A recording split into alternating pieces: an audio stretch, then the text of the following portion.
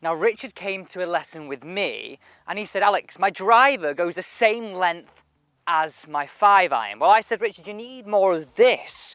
Now you'll have seen this in the thumbnail and it can sometimes look really, really exaggerated.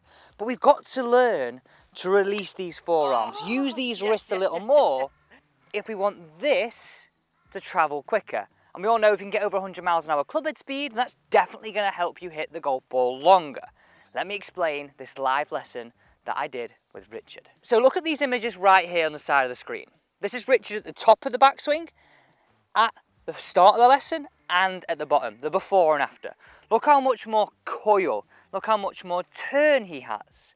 Then have a look at these next set of images right here. This is him halfway back down. One where we had to pull the club in, the one that was outside the line. Then have a look where we finished. Totally, totally different. Now Richard's first goal was that he wanted more club head speed. Okay, said that again, he didn't hit it far enough. So I want you to listen to this next area here. Listen to this segment from the live lesson. This is going to feel a little different to the takeaway. So if I said to you, some thoughts that we're going to work to is the butt end of this club and the middle of your chest stay a little bit more connected. Okay. Or the hands stay in the middle of the chest, because at the minute, this works out here and your chest stays down here. Yeah. So we're going to try and feel. I'm going to let me control the club. You keep your hands on. Okay. Different. Yeah. Now you got a lot bit more power there. It's not comfortable to stay there, is it? I can feel it in the lower back. Yeah. Yeah. Any injuries with that? No, no. Okay. So this is what I want you to feel. That you want to be in a position at the top where you don't want to be there for long. Okay. Because then you're a bit like a coiled spring, aren't you? Yeah, I can feel it. So on the way down, we've then got to understand that our club face has got to release a little more.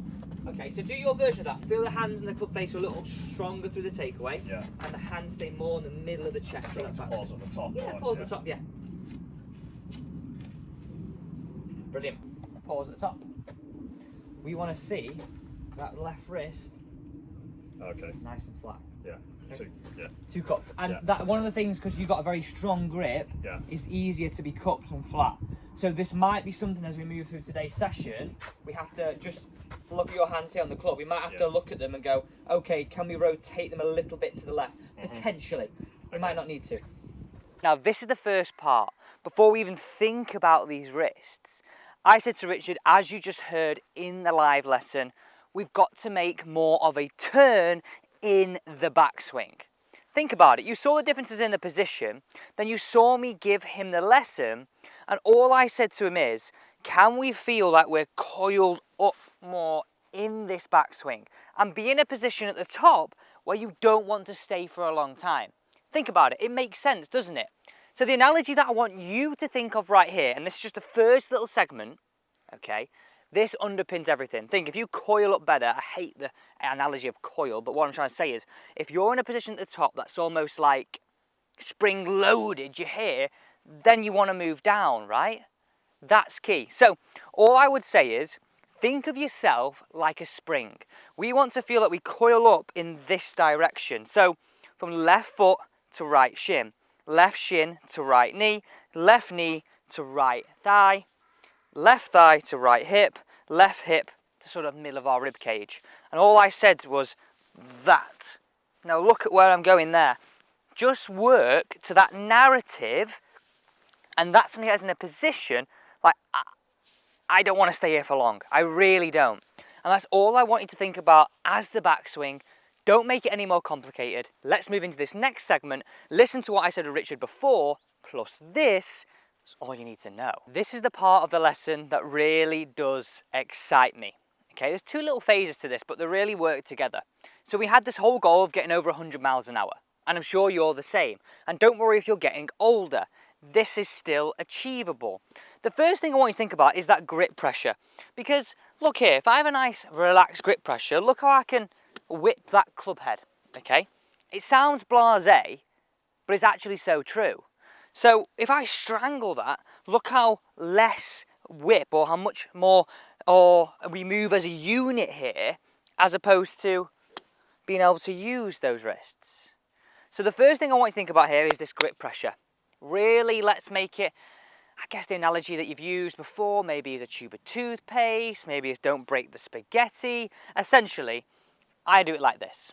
I stand here, I create a 10 out of 10 grip pressure. This is what I did with Richard, so I'm saying you should do this too. Then create a 1 out of 10, go halfway and add 1. So sort of a 6 out of 10 is where I want you to be in terms of grip pressure. Now I found this statement very, very interesting. Bryson, right? Here's some videos of Bryson. You look at Bryson as somebody who just makes a whole body swing, but actually he uses the wrist so well in the golf swing as a generator of power, and nobody picks up on this. Let me explain. I'll do it here.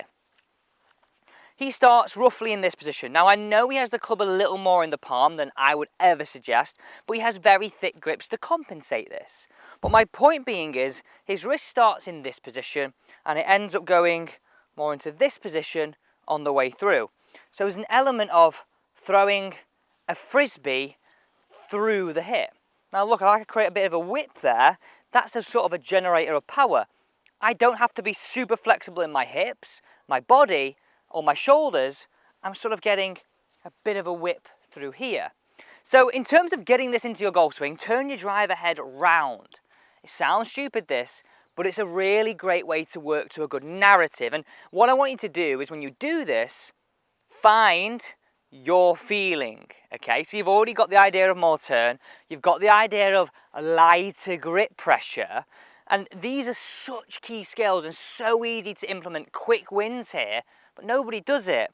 So all I want you to think about here is, create the longest swoosh of this grip end, okay? Now for me to create the longest, the loudest swoosh, I've got to turn pretty well on the backswing, I've got to match the body on the way down, and I've got to use the wrists on the way through. If I was doing this, again, if you look at the side of the screen, Richard's sort of follow through was very much like this. No whip, very guided. So I got him here to go on, make me a whoosh. Make it as loud as you can. Now simply, look how my body and arms are working together. You do these things automatically if you worked the right narrative. So I would say recommend 8 to 12 reps just doing that left-handed only. If you're a right-handed golfer, if you're a left-handed golfer, do it in your right hand. You really feel that whip. Then keep the club head this way round and repeat the same process.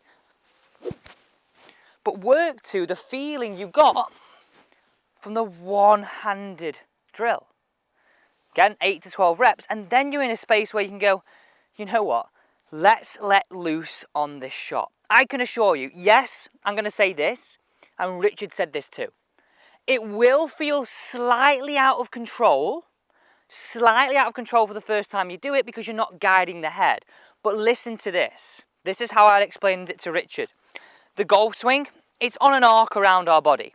So if we don't start to square the face, use our wrists like you saw in the thumbnail, we'll always leave that face wide open. Why? 99% of golfers slice it.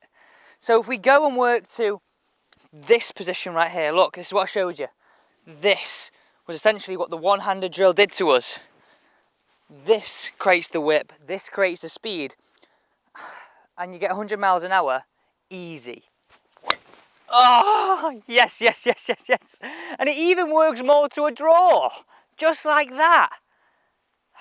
Look where the T mark was there. Look at that T mark. So in the middle of the golf club because I'm moving it right, I'm moving it with speed. You can do this too. Just follow these simple steps like Richard and you can get over 100 miles an hour no matter your age.